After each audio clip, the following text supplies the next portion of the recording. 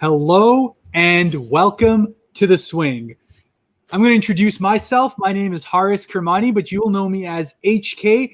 And this is The Swing Podcast, where every week we go on at least once or twice to speak about all that's happening in the NBA world. We interact with our live audience. You can follow us on Instagram at The Swing Podcast, where after every Raptors game, we go live to speak about what went down, what was going on, and larger NBA stories as a whole. You may have noticed our name being The Swing. It is based off the idea of the swing offense, the capability to be versatile, to be able to do whatever is required to win. Positions don't matter. And just like the Swing Podcast, it doesn't matter what team you're playing for. It doesn't matter what it is that you are currently doing. If you are making big news on the NBA world, if you are making your name known on the NBA landscape, you will be covered on The Swing because we're here as avid basketball fans to speak to you guys. Now you'll see this beautiful man on my right over here, which is That Guy Owais, my co-host, my partner in crime, Owais Ansari. Introduce yourself, my man. Well, I am the Scottie Pippen to the Michael Jordan over here. And yeah, well, my name's Owais, and we love speaking about the basketball world, and especially our hometown, the Toronto Raptors. And we're really excited. We want to thank SportsTrends for having us here, and as well as our sponsor, Thrive Fantasy, which you guys can check out. We'll give you guys more details a little bit later on in the show. But yeah, we're really, really excited to bring a bunch of basketball content to you guys, keep you guys informed, and kind of like how, on the basketball court, you swing the ball to your teammate. We're swinging ideas, thoughts, and, analysis together in hopes that you guys kind of learn something, or if not, you guys have some great conversations with us on The Swing. So today's topics, we've got some great topics for you. One, the Toronto Raptors have their biggest challenge of the season yet against the really crazy Brooklyn Nets. Why are they crazy? Why are they so popular? Talk about it, HK. Absolutely. And look, before we even get into just how insane the Brooklyn Nets are because of the monster that they've created, we do want to talk about our sponsor, which is Thrive Fantasy. Now, Thrive Fantasy, for those who don't know, is a platform through which you can make player prop bets. And if you were to sign up using promo code SWING, you would actually get your money matched up to a maximum of $50. And essentially, what you're doing here is very simple. Do you know how many points LeBron James will score tonight? Are you confident that one man's going to get shut down while another unknown player is going to make himself a star for the night? Prove your knowledge, prove your bets, and sign up on Thrive Fantasy, where you can prop up and make yourself a star today. But going back to what Owais is saying about the Brooklyn Nets, because that is undoubtedly our marquee matchup early on as far as this season's concerned. Yes, we had one earlier against the Milwaukee Bucks, but once the trade happened, what trade is that? Everyone knows James Harden, the Beard, made his way over to the Brooklyn Nets in a landmark deal, which has now gotten them at least two of the top 5 players in the league, with one third banana now in Kyrie, who would very well be in other players' top 10, top 15 in the league as well. So it is just an absolutely monstrous team that you've got going over there. But they did have to give up a number of assets to be able to get there. They lost out on Karis LeVert. They lost out on Jarrett Allen as far as their inside presence is concerned. And that has left them with a team that is incredibly reliant on their firepower of an offense. That being said, it has been more than successful thus far. Just how successful have they been? Well, they've been incredibly successful. Now, we can talk about clutchness, but we can also talk about how difficult it is on a nightly basis, whatever team is facing the Brooklyn Nets. Like, just imagine you go and you check, okay, today we got to face Kyrie. Okay, we're going to put our best guard on him. And then you go see on the left, you have James Harden waiting there for the ball. And you go to kind of the middle of the court near the free throw line, you got Kevin Durant. And you're like, okay, who do we focus? You start focus one of them, you double team one of them, there's another guy open who can score the ball at the most effective and efficient way possible.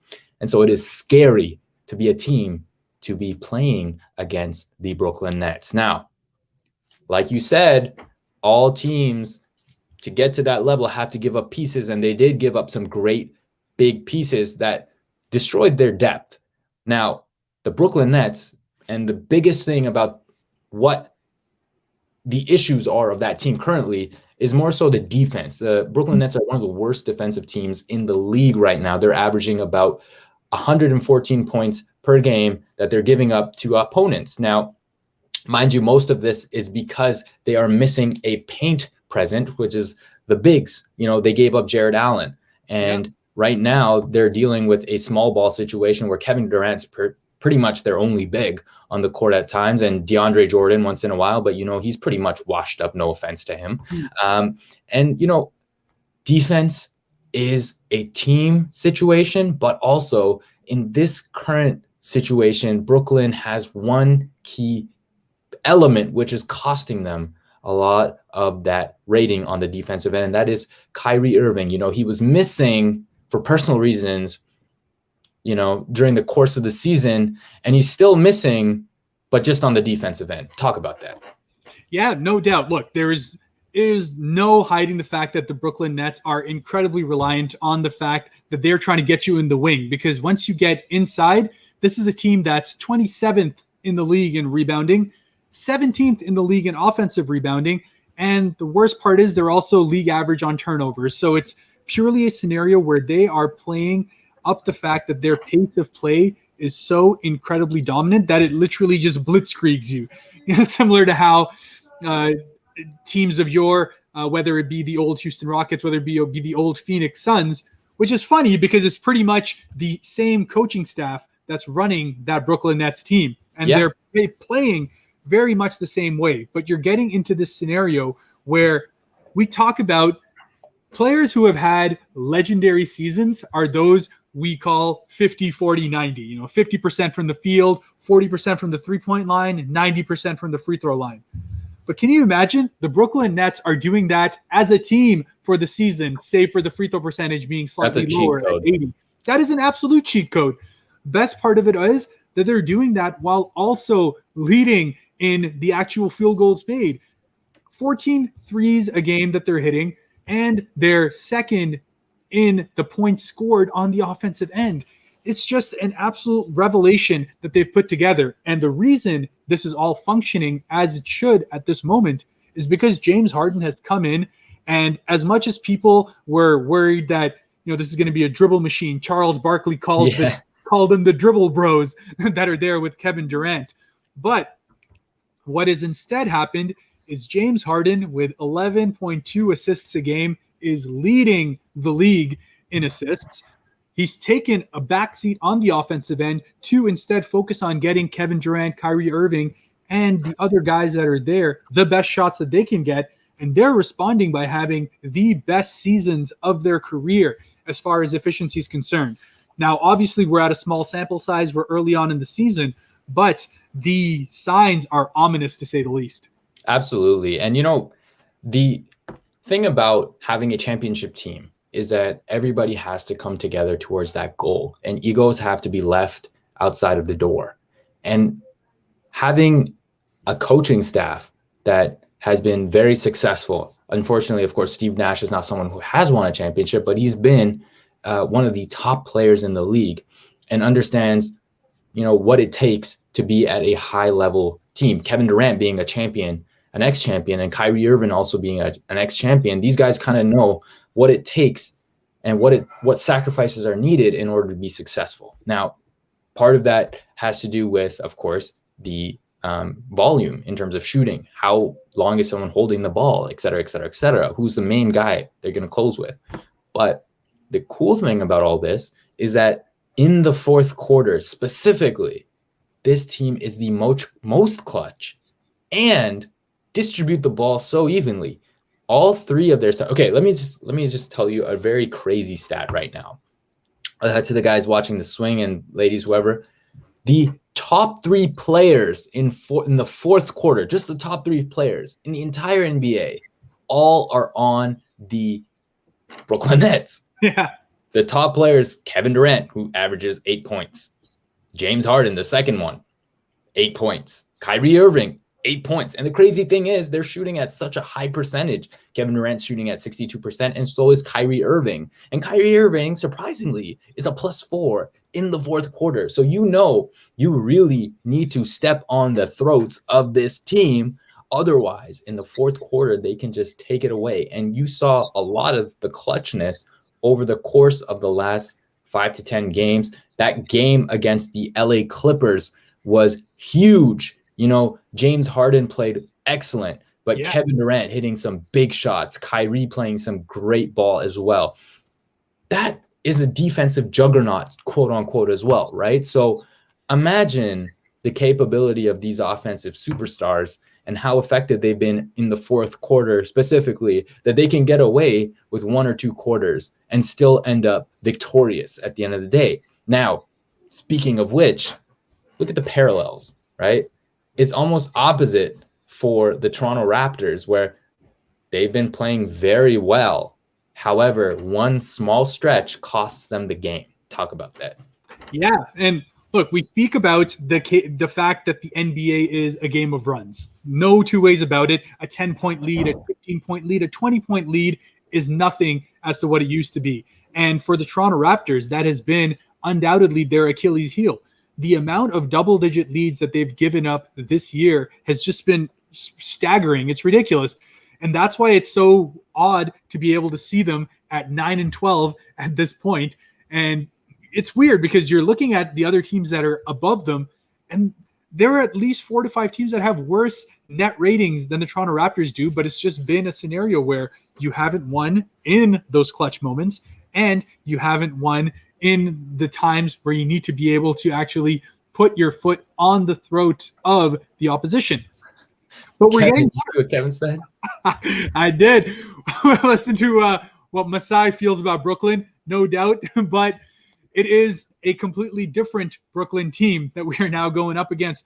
But that's what I was trying to talk to Owais about even before we got onto this broadcast, that if you were to look at just the team's stats on paper in the sense of what they've achieved, how they're doing so far in the regular season, and just purely from a perspective of how good is their offense, how good is their defensive rebounding, how good is their pace, this is an actually very evenly matched team. But much as you spoke about the fact that the Brooklyn Nets have a 3-headed monster, the Raptors, on the other hand, have been relying on their depth to be able to push them through. And they're really going to need to do that now because, once again, OG Anunoby is not going to be there for this game, still dealing with his calf strain.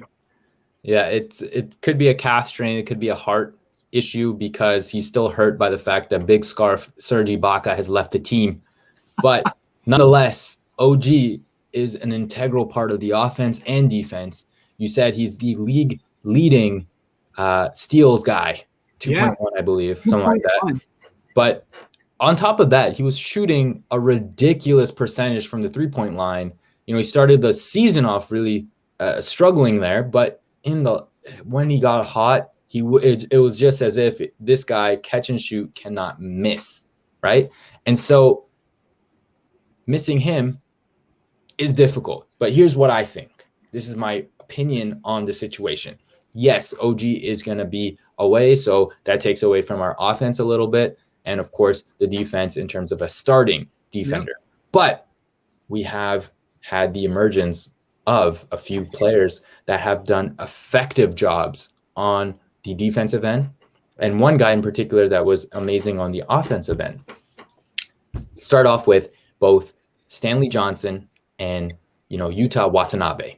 These two guys have been the glue from the bench who have been checking some of the top players in this league and still being able to contribute to some extent on the offensive end. You've seen Yuta grab some incredible offensive rebounds, which is something that we've been struggling with. Mm-hmm. And, deflections, that size. But the most important thing about these guys is that they've been disciplined, which is something that we haven't seen from two other guys that we expect to be better defenders, and that is Pascal Siakam and Chris Boucher.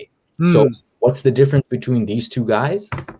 Watanabe and Stanley Johnson both understand is you don't necessarily need to bite on every fake. And Pascal jumps around a lot, hacks a lot. Boucher does the same thing. What happens when you bite on these fakes is you're out of the play, right? Yeah. And that's really difficult to recover from, especially in this quick league. And a team like Brooklyn can get you into foul trouble because James Harden has lived off of creating fouls, creating shots. So if you're Pascal or Boucher or whoever is defending guys like this, you have to understand that, you can try to be handsy with them, but they'll find a way to get you into foul trouble, right? Yeah. And so that is extremely necessary to make sure that we are a defensive discipline team for this particular game, and that can cause a lot of trouble for the Brooklyn Nets. Now, the one player I was going to talk about that I feel like is going to be the X factor to this game, and someone who has pretty much filled in the offensive, what we were missing from OG, that's been Norman Powell. I really think that he has stepped up his game. Once he's been playing as a starter, he's been absolutely on fire.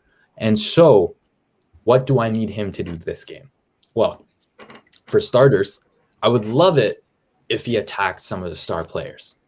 What happens if Brooklyn gets into foul trouble, right? You get Kevin Durant into foul trouble, or you get James Harden into foul trouble.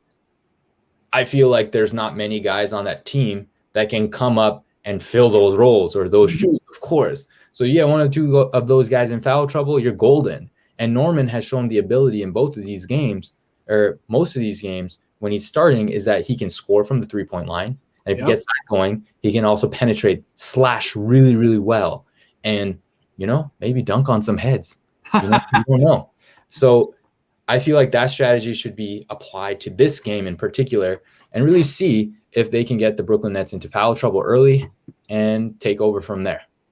No, I agree completely. And especially for Norman Powell, a guy who's just coming in on an absolute heater as far as his offense is concerned, 5 straight games in which he scored 20 points or more. And I think Kevin here has also made a great point with regards to the points in the paint being an absolutely key determinant of whether we're going to be able to win this game. And that's where Pascal Siakam comes in. And as much as you spoke about that, defensive discipline, that's where Pascal Siakam has pretty much been losing minutes on the floor, because not only is he getting himself into foul trouble, he's doing it at a rate that is leading the league at the moment. He's almost averaging a little over 4.3 fouls a game, which is between 4 to 5 fouls a game. That is it's unacceptable. You can't be that, especially when you are expected to be either option 1 or option 2 on this team, not only on the offensive end, but you are essentially that unicorn that can do all of these different things on the floor, attack in the paint, spread the floor out, and mostly create disruption on the defensive end, because he is, alongside Lowry and Van Vliet, our best defenders that are going to be playing on that day. So for him, much like we need to get the other guys on the Brooklyn Nets in foul trouble, we need our star in Pascal Siakam to step up. But speaking of stars, we're going to take this opportunity to now speak about another big thing that's coming up, which is the All-Star game. But before we get into that, Owais, just a quick one-word thing. Who is winning the game, Toronto or Brooklyn? Put it out there. You know what? I'm going to go with the Toronto Raptors. I'm going to say that this is the game that they clutch it out and they send another statement to the league to remind them, hey, we've got a lot of champions and a lot of dogs on this team, so be ready, because it's going to turn around right now. I like it. I like the outstage thing. I think it's going to be hard to be able to get past a James Harden, but I'm on for it. Let's see it. Let's get a signature win, and let's get this season back on the road, back into the playoff scenario as the Toronto Raptors deserve to be, and back with our stars getting recognized. On that note, for those who don't know, the NBA All-Star Game has been officially confirmed. March 7th in Atlanta, we are going to have an All-Star Game despite all of the bubble troubles that we've had. Bubble troubles, all the COVID issues, all of these players. The injuries. It has just been a wild season. But with all those injuries to stars comes an opportunity. It comes the chance for someone new to be able to shake up what are, the old heads as far as the All-Stars are concerned. And the voting has already started now. So in fact, today is a double voting day. So if you haven't, go to NBA.com and vote for who you think should be starting. And not only are we going to find out the starters in the next, I believe, 2 weeks, we're going to get that information, but then the bench comes in.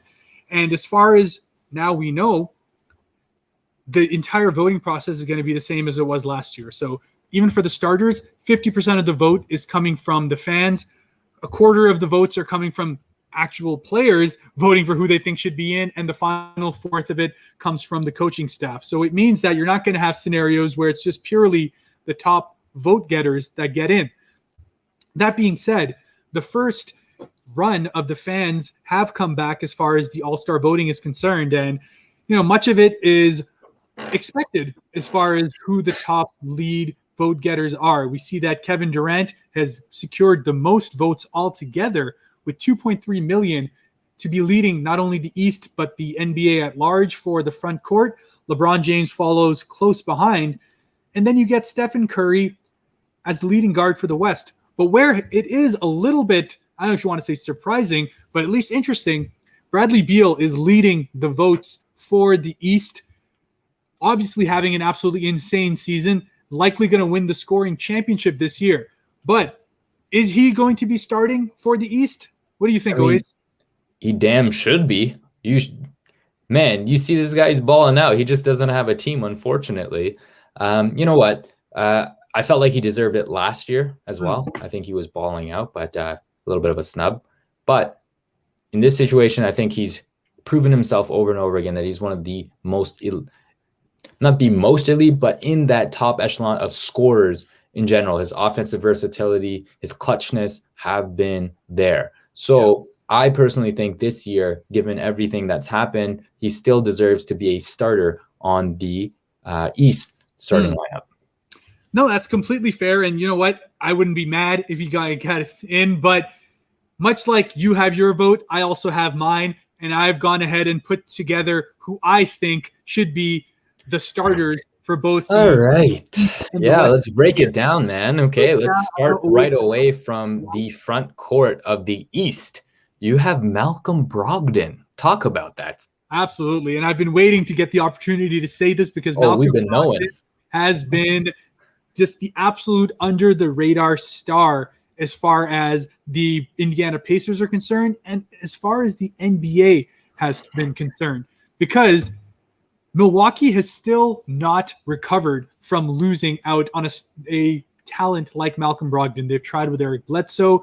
They've tried now with Drew Holiday, who could very well be able to get in. But to me, Malcolm Brogdon, who not only is having a career year scoring-wise, but he's also doing it on insane efficiency while also leading an Indiana Pacers team that, first of all, has now lost Victor Oladipo, right? They're not going to have Karis LeVert for the season, which came as a result of that trade. And, thankfully, Karis LeVert is likely going to be okay after the diagnoses that came about his medical condition.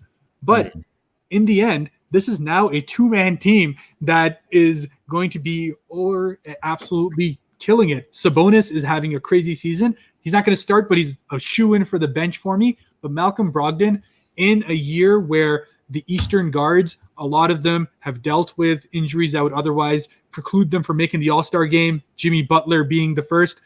And much like Kevin's saying, Kyrie is no doubt an All-Star, and Brooklyn is going to have all three of their stars in this team.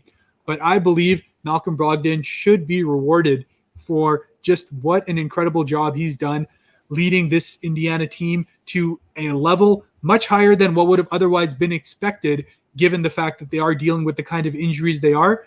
They're sitting there in that fifth seed, very easily could jump in much higher than that.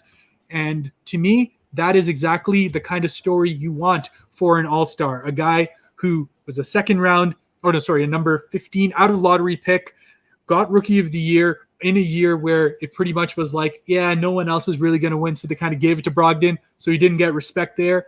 Had a 50, 40, 90 season. That was insane. Milwaukee Bucks. Under the radar completely. No one even talks about it, but Brogdon was, to me, the key piece for them.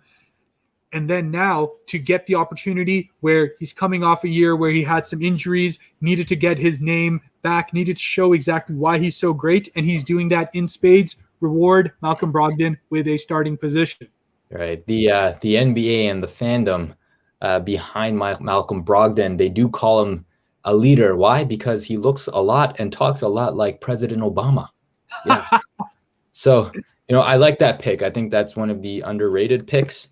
Someone that, who doesn't really watch too much basketball might not even think about voting for a guy like Brogdon, but I do agree with you. Extremely talented player, extremely high IQ, and what an incredible coaching staff. You've seen a lot of success. Now we have James Harden, Joel Embiid, Antetokounmpo, and Durant as the other four guys, which are, in my opinion, just clear as day. Not much to talk about there. Now, can we move on to the West side for you, or did you want to expand a little bit about these guys? No. I mean, I think, like I said, most of these are pretty much shoo-ins. You're going to see that not only from the voting perspective, but frankly, their performances as well as their team standings make it so that it's really hard to be able to kind of choose anywhere. But like I said, part of what makes this picking the starters more interesting in some ways is because of the fact that they still keep that 2 backcourt, 3 frontcourt situation. On the other hand, when you get to the bench, they got rid of that entire thing. So you could have all of these different positions get represented, and that's where you can get some crazy combinations. But moving on to the West, and again, to me, that frontcourt picks itself. They have not only been the absolute leaders for each of their teams, but in the case of someone like Nikola Jokic, to me, he's been the early season MVP alongside Kevin Durant. So both of those guys have been clear-cut the best 2 players from the East and West, respectively, as far as this early season is concerned. So they're in. The only one that I was myself, debating in between of was that Donovan Mitchell pick. Yeah, and talk about that. I'm very confused. What about Donovan Mitchell has led you to, choose him? Yeah, so it's a 2-part thing for me. First and foremost, I always want to reward a team that has not only outperformed what expectations have come in with them, but they're doing it at a level that is pretty much leading the league. Utah has been, as Kevin said, sitting up top in the Western Conference standings. They have been just absolutely monstrous, and they've been doing it against teams that are upper echelon playoff teams. And they're not only beating them at home, they're beating them away, and they're just absolutely killing them. Yeah, and Shaq, 100%. He was calling Donovan Mitchell out. He was calling Rudy Gobert out. He's been calling the Utah Jazz out.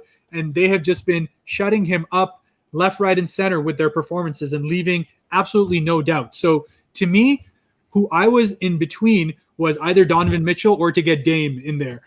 Because Dame is just purely having such an insane individual season that he will likely get in. But to me, the Portland Trailblazers have been disappointing as far as their performances are concerned. They also themselves are now dealing with injuries. So with CJ McCollum gone for who knows how long, we don't know what that's going to look like. So in that vein, Donovan Mitchell and the Utah Jazz, playing some of the best ball in the West, deserve an opportunity to be a starter in this league, a starter for the Western Conference All-Stars. And that's my pick. I love it. I love that underdog pick. However, it's a long season. First of all, I want to remind the fans. And the second thing is, that, Shaquille O'Neal is a perennial winner. Okay. He has won many, many times. And to say that he's going to eat his words, just wait to the playoffs. Utah Jazz have absolutely 0 chance of making the finals. So, I disagree. Okay. All right. We'll get back to that some other time on the swing. But right now, I'm just going to quickly break down my picks on the East. And I think the only surprise pick here is probably Jason Tatum. And the way, apart from his injury, the way that this guy has just been balling out and being clutch over and over again. Few game winners here and just taking over games. He deserves to be there. Okay. You're telling me KD's not starting? Telling me KD's not going to start. Stop it. Okay. Stop. If anything, we're gonna take Antetokounmpo and put him Kevin Durant instead of Antetokounmpo. But I'm just, you get to do underdog picks. I get to do underdog picks, and in that case, I want him. I'm not a fan of Kevin Durant per se, So screw that guy. We're putting Jason Tatum there. Okay. Okay. Now we're moving on to the West. Yes, I'm a little bit emotional sometimes. Okay. Now we go on to the West. Yes, Portland has had a very, very inconsistent season, but Dame Lillard and CJ McCollum, both, in my opinion, up until recently, maybe if you talk about the Brooklyn Nets, are the best backcourt in the league. Okay. These guys have proven over and over again that they can take over at any point and have been. McCollum, of course, McCollum. McCollum has won the freaking Portland Blazers some of the games just by taking over, purely instinct basketball, isolation, whatever it is needed to get that team a dub. CJ McCollum, in some cases, has played even better than Dame. Okay. So I think that if there is an underdog in that starting lineup, it is CJ. Of course, as a starter, it would be cool to see him there, but is he going to be there? Probably not. Kawhi, we already know, but Paul George is another one that I feel like is getting talked down on quite a bit just because of his inability to score, or just the really bad games that he's had in the playoffs. So Pandemic P has recovered quite well, no doubt. He has, but you have to understand, what I don't understand is the disrespect. Like, am I a Paul George fan just based off of who he is? I'll keep that for another time. You can talk to me personally. But when it comes to basketball, Paul George, let's not forget, this guy, when he was on Indiana, was absolutely legendary, cutthroat, and was one of the rising and most amazing offensive superstars, and also did it really well on the defensive end. Yep. And, you talk about his move to OKC and then this and that, and, he struggled a little bit, but why? He had to deal with other superstars, and he is a guy that needs to have the ball in his hands in order to be successful. He's not a catch and shoot guy. He is perennial. Give him the ball, get out of the way, and he can create for you. Okay. And that's what you've seen, especially with that change in coaching, with Tyronn Lue being the head coach of the LA Clippers. And so a lot of time, you have Paul George taking over games, being the main ball handler. You won't really see Kawhi bringing the ball up, right? Or if anything, he kind of sets up Kawhi in the post. But Paul George has just been incredible. He's been shooting lights out from even three-point line, but he's been really difficult to stop when he's hot, and he's been pretty much hot all season. It seems that the shoulders aren't bothering him as much right now. We'll see how it goes as the season continues. But, man, put that guy on the starting squad. LeBron James, people are like, what about LeBron James? I love that, but these are my picks. So I get to pick. I'm a fan, okay, of whatever the hell I'm a fan of. And that's my picks. So that's what we have for me. Agree or disagree? Hey, much like Kevin said, love the optimism. And you know what? It's highly likely that all of these guys that we have, even if they don't get an opportunity to get to be starters in the league, once the starters get announced, we'll get the opportunity to now have that debate, really just break down with you guys who you think should be making the All-Star team this year. Much of the starters have been in many ways written in stone just because of the fact that the voting is always going to push it that way. And even if the coaches and the players are slightly leaning another way, if you have such a massive lead as you look like we're going to have with regards to not only the front court, especially in the East and West, like LeBron James is 100% going to start, obviously. Oh, yeah. I mean, first of all, he should. I disagree. But it's just coming down to the fact that it is going to be a lot more interesting to be able to discuss who the bench players are going to be. And that is going to be one of our segments in a future episode. So definitely stay tuned. Keep interacting with us. But with that, Owais, we are coming to the end of our premiere episode of the Swing Podcast on SportsTrends. Once again, thanks so much to SportsTrends for giving us the opportunity to go live on here with all the fans. We want to be here. We want to be here consistently, and we want to interact with you on a night in, night out basis. So please engage with us. Make sure to follow not only the SportsTrends Canada page on both Facebook and YouTube, but also follow us on Instagram at The Swing Podcast. And we're also the Swing Podcast on YouTube, where you can see our full-length episodes. So we'll be coming back, as always, live post-game at the end of the next Raptors one, which will be, as said, 7:30 p.m., Brooklyn Nets. Going to be a big game. It's going to be a fun night. How will the Raptors follow up a historic night? Stay here with us, and you'll find out. But until then, it's That Guy Owais. This is HK, and we will see you next time on The Swing. Peace.